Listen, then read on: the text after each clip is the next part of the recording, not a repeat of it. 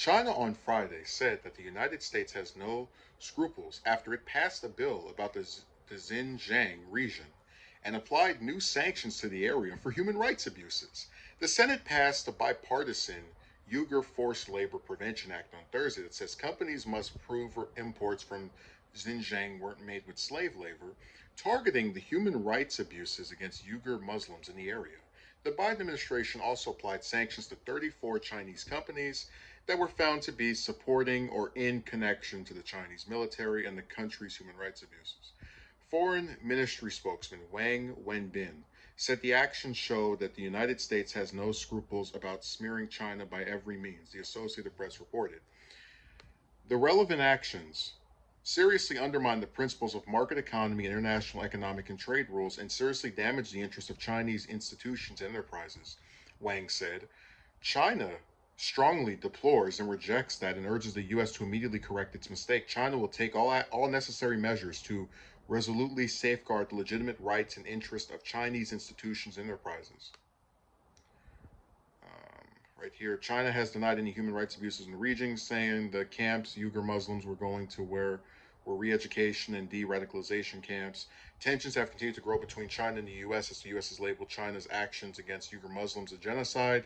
As a result, the U.S. also announced a diplomatic boycott of the 2022 Beijing Winter Olympics, with several other countries announcing they would do the same.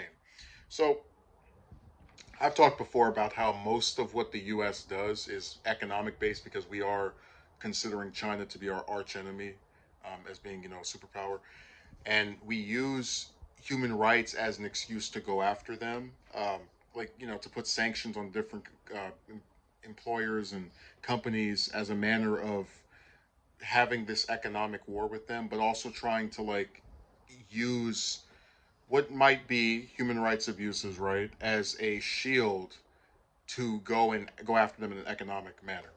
Um,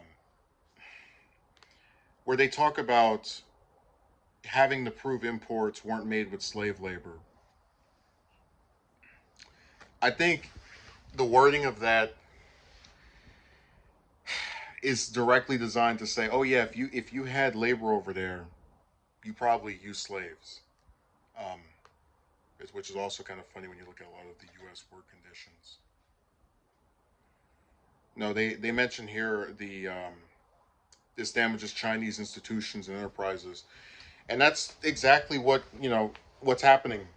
They're not doing this to assist these Muslims or to make them, because if they did, they would try to set up something with these other countries that pulled out from the boycotting the Olympics to actually get these Muslims somewhere safe, like having it set up to where they all take in some refugees from each one, just split them around these other countries that they believe are much safer environments. But they won't do something like that because they don't actually care about human beings. They just want to get on there and grandstand and continue fighting their economic war. So I'm taking China's side on this. I think it's bad if they're actually doing this to Muslims or to anyone for that matter. But I think it's mostly motivated by money.